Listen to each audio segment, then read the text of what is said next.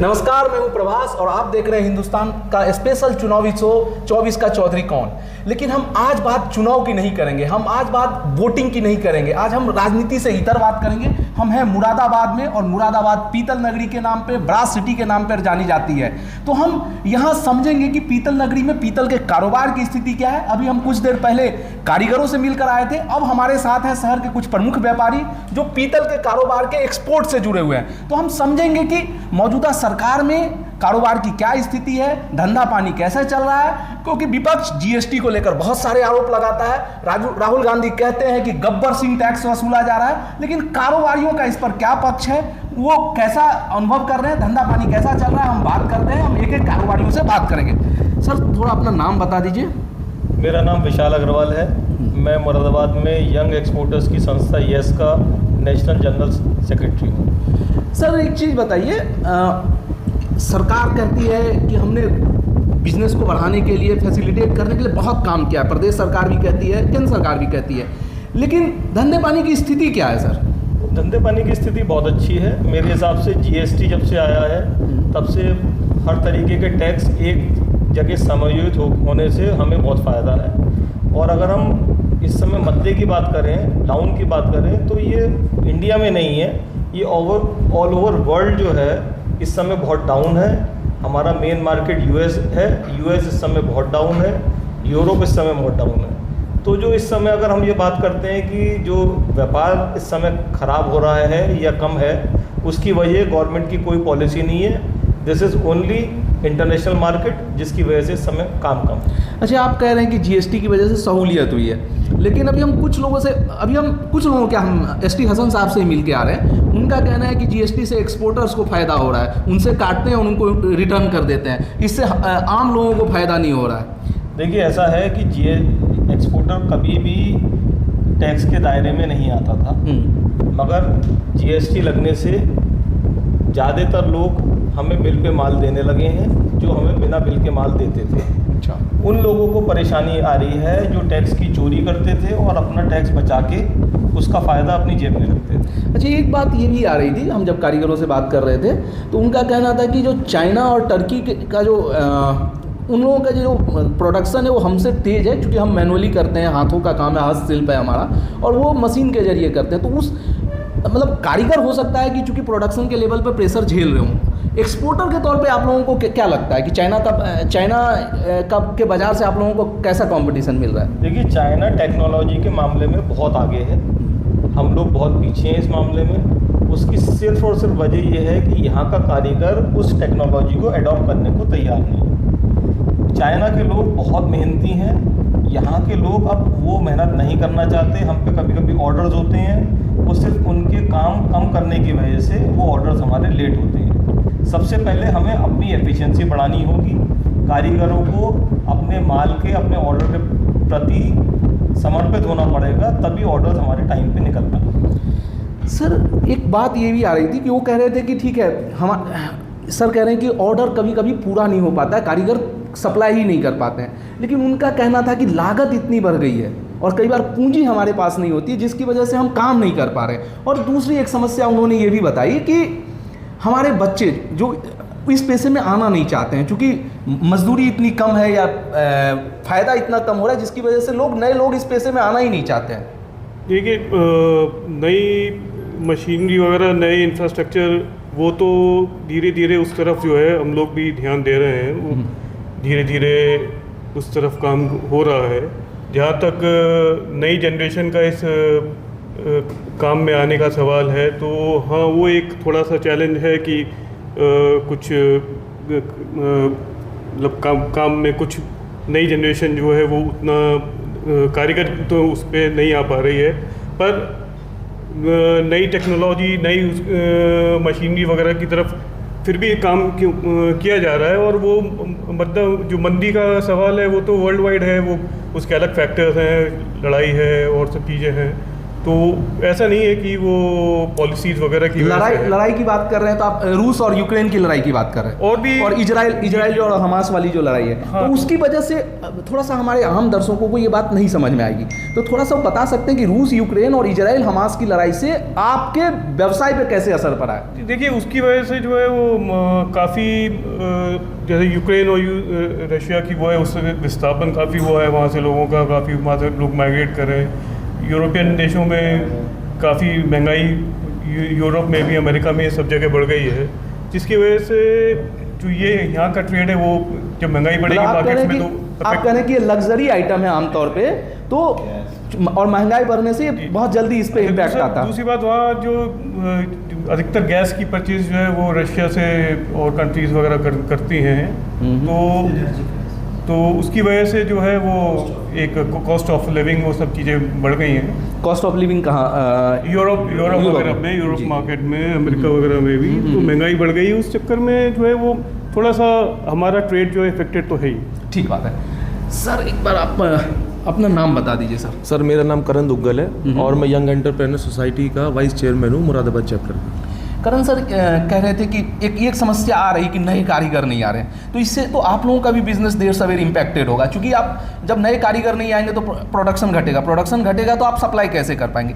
तो क्या, चूँकि आप लोग थोड़े संपन्न तबके से आते हैं, तो क्या आप लोग कुछ इसके लिए कर रहे हैं कि नए कारीगर इस क्षेत्र में आए, जो कारीगर हैं उनके बच्चे इस पेशे को अपनाएं? वहाँ उन लोग कह रहे थे कि हम लोगों के लिए ना और ई रिक्शा चलाना ज़्यादा फायदेमंद है, तो हमारे बच्चे अब ई रिक्शा चला रहे हैं इस पेशे को सीखने के बजाय।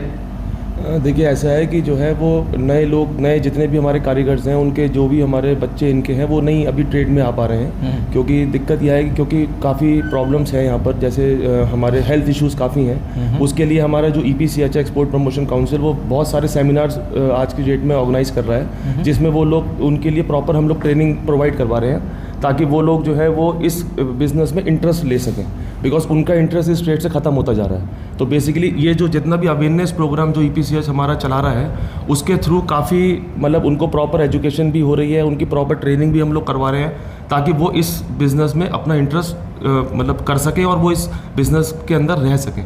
लेकिन एक सवाल उठता है, सिर्फ सेमिनार से क्या इंटरेस्ट पैदा होगा? कोई भी स्किल आप तब तक इंटरेस्ट पैदा नहीं करता है जब तक वो फायदेमंद ना हो। नहीं। तो क्या मेरा कहना ये है कि बतौर इंडस्ट्री, चूंकि आप लोग इंडस्ट्री हैं एक तरह से, तो इंडस्ट्री के लीडर्स के रूप में क्या आप लोग कोशिश कर रहे हैं कि लोग इंस्पायर हो इस आर्ट को सीखने के लिए? सर बिल्कुल इंस्पायर कर रहे हैं। मुरादाबाद की बेसिकली यही मेन हैंडीक्राफ्ट इंडस्ट्री है जो पूरे वर्ल्ड वाइड में फेमस है। तो बेसिकली यहाँ पे जो काम होता है वो सब हैंडीक्राफ्ट्स का ही होता है, मशीनरी बेस्ड काम यहाँ बहुत कम है। तो वो काम जो है वो हैंडीक्राफ्ट सेक्टर के लोग ही कर सकते हैं, हर किसी को बस की नहीं है करना।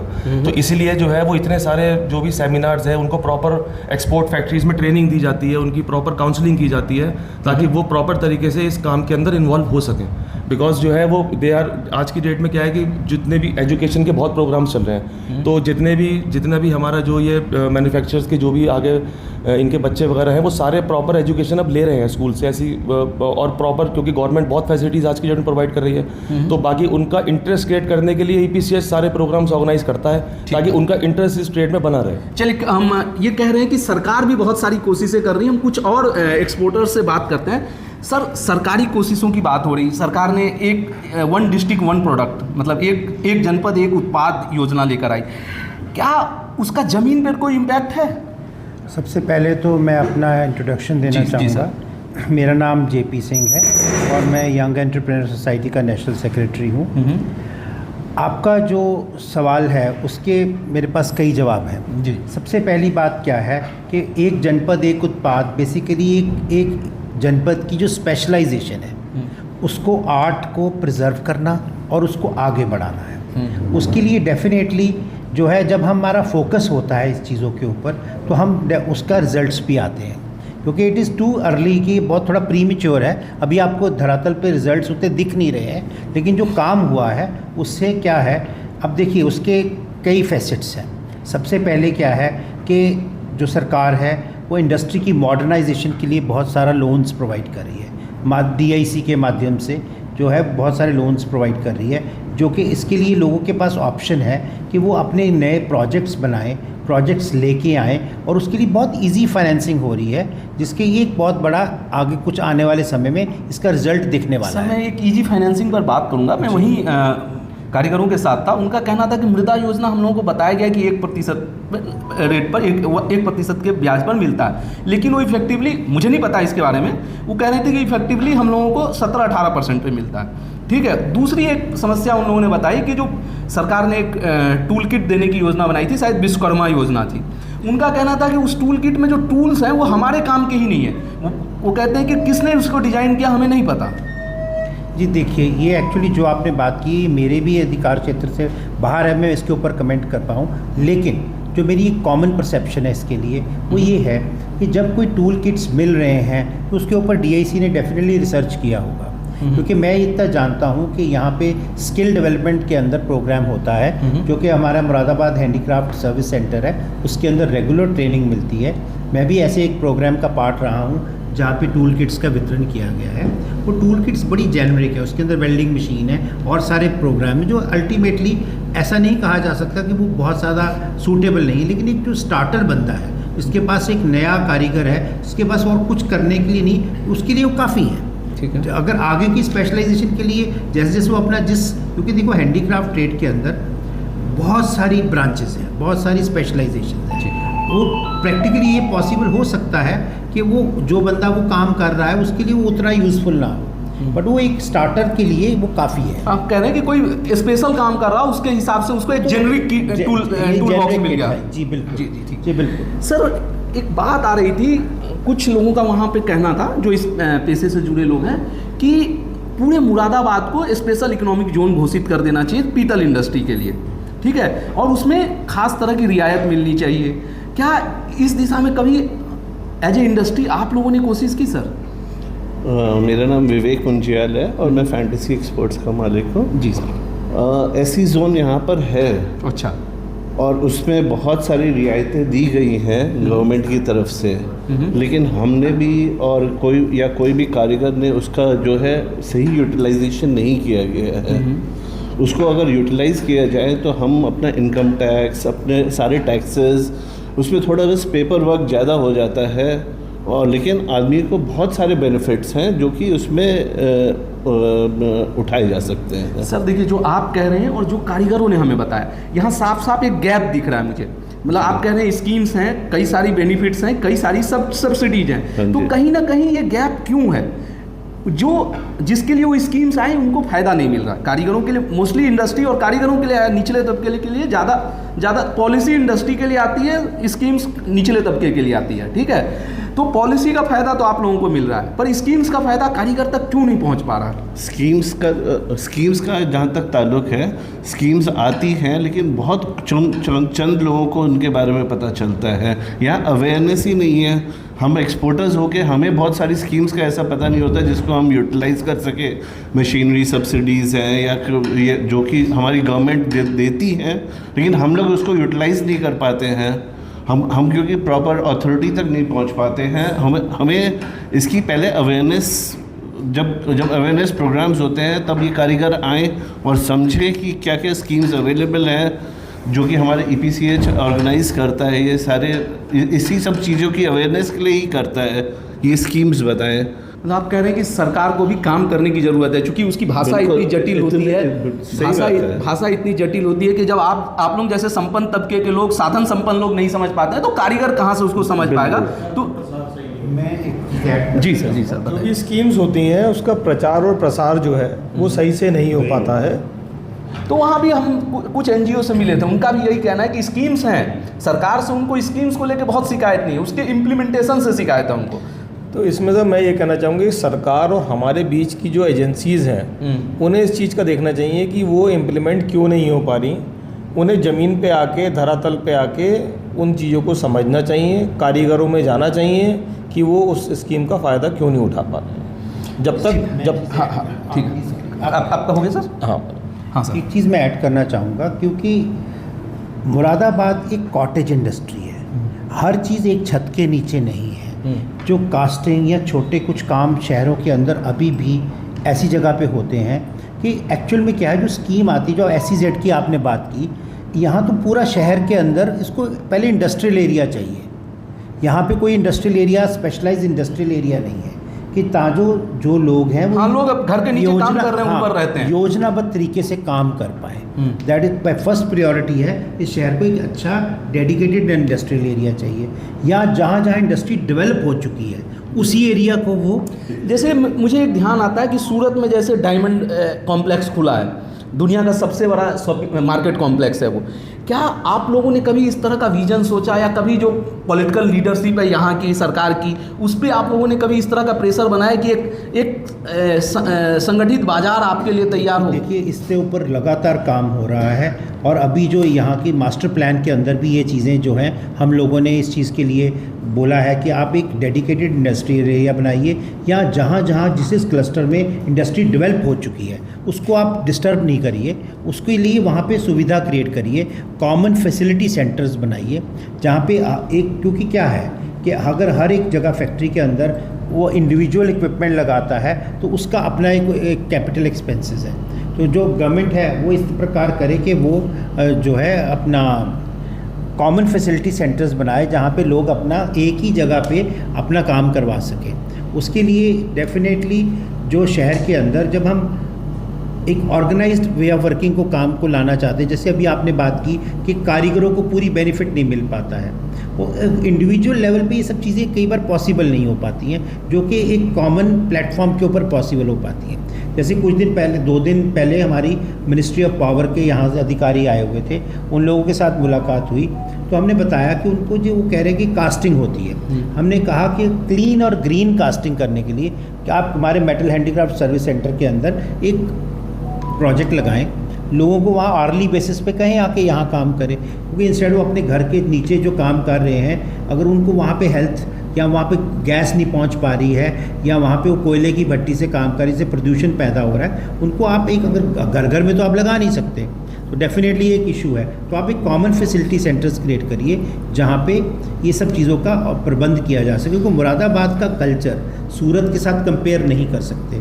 सिंपल रीज़न है कि वो इंडस्ट्री टोटली मशीन बेस्ड है और उनके लिए थोड़े इक्विपमेंट्स चाहिए और वो बड़े स्पेशलाइज्ड इक्विपमेंट्स चाहिए, वो काम करे। हमारा जो काम का तरीका है वो हैंडीक्राफ्ट है। मैं समझ गया सर। मैं एक बाजार के तौर पे कह रहा था कि एक कॉम्प्लेक्स में आपको सारी सुविधाएं मिल जाए, उस लिहाज से कॉमन फैसिलिटी सेंटर की जो मैंने बात की, आप कॉम्प्लेक्स तो नहीं बना सकते, एक कॉमन फैसिलिटी सेंटर्स अलग अलग एरिया के, जैसे फॉर एग्जांपल पीवीडी कोटिंग है, पीवीडी कोटिंग की एक्सपेंसिव मशीनरी है, हर कोई व्यक्ति नहीं लगा सकता। अगर वो कॉमन फैसिलिटी सेंटर पे है तो बहुत सारे लोग उसका लाभ ले सकते हैं।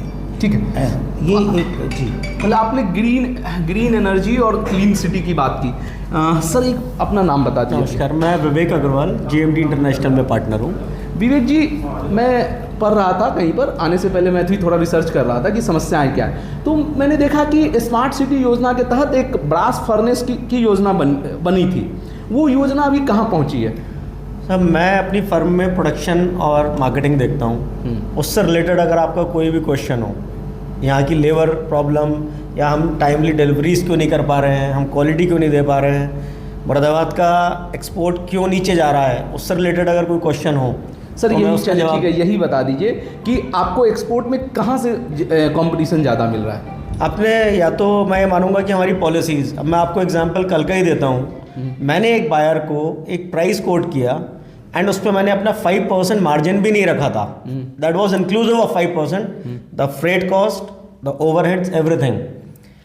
वो प्राइस देने के 2 मिनट बाद ही मेरे सप्लायर का कॉल आता है, मैंने 50 रुपये किलो रख के दिया था, उसने कहा 125 रुपये किलो की तेज़ी आ गई है।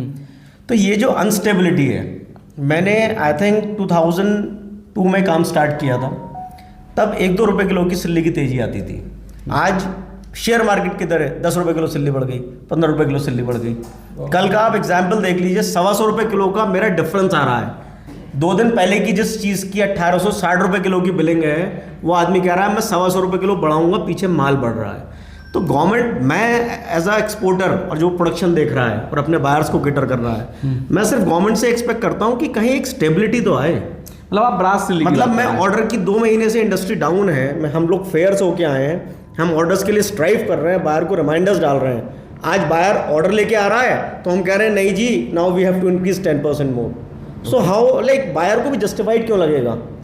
कल तक मैं आपके पीछे आ रहा हूँ, आपने बुकिंग एक कॉस्ट पर की और सप्लाई आप कह रहे हैं कि हम उससे इन्फ्लेटेड कॉस्ट पे करेंगे। आई मीन मुझे तरीका नहीं मालूम, बट एक जो मटेरियल कॉस्ट है it has to be stable for some time.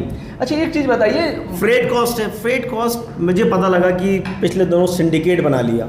अरे सी शिपिंग लाइंस ने सिंडिकेट बना लिया, उससे पूरी इंडस्ट्री, पूरा वर्ल्ड इफेक्ट हो गया ना। माल टाइम से पहुंच रहे हैं और 3 टाइम्स फ्रेट कॉस्ट बढ़ गई, तो अल्टीमेटली वो इफेक्ट, हमारा प्रोडक्ट नेसेसिटी का नहीं है, ये अल्टीमेटली एक डेकोरेटिव प्रोडक्ट है, तो इंडस्ट्री हमारी इसलिए सफ़र करती है। एक चीज़ बताइए, पॉलिसी के लेवल पे आप लोगों को लगता है कि पिछले जो 10 साल में जो ये सरकार है, केंद्र की सरकार है, उसने इस पर पर्याप्त काम किया है आपकी इंडस्ट्री के लिए? डेफिनेटली किया तो है, चेंजेस तो बहुत, इंफ्रास्ट्रक्चर वाइज तो मुराद में मैं बहुत चेंजेस देखता हूँ। सबसे बड़ी प्रॉब्लम तो यहाँ लाइट की थी। पहले जो है अगर 8 घंटे की वर्किंग है तो 6 घंटे लाइट ही नहीं आती थी।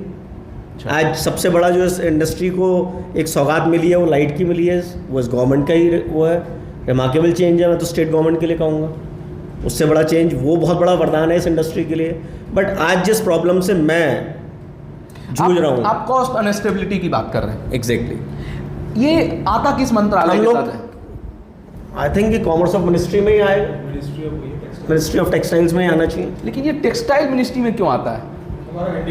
हमारा handicraft sector textile of ministry of textiles के अंडर में ही है। तो क्या आप लोगों को कभी लगता है कि हैंडीक्राफ्ट्स की एक अलग मिनिस्ट्री होती तो शायद बेटर आप लोगों की कंडीशन होती है, आप लोगों की सुनवाई बेहतर तरीके से होती है, क्योंकि एक डेडिकेटेड मिनिस्ट्री होता है इसके लिए। हाँ, उसको हम इस तरीके से देख सकते हैं, जैसे अभी पिछले दिन होता है कि बड़े स्टेट्स को डिवाइड किया जा रहा था to administrative point of view से कि बेटर मैनेज होगा।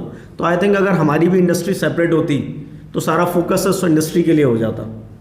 ठीक है, आज चाइना से कंपटीशन की बात होती है, हम कैसे कॉम्पीट करें आप ये बताइए ना।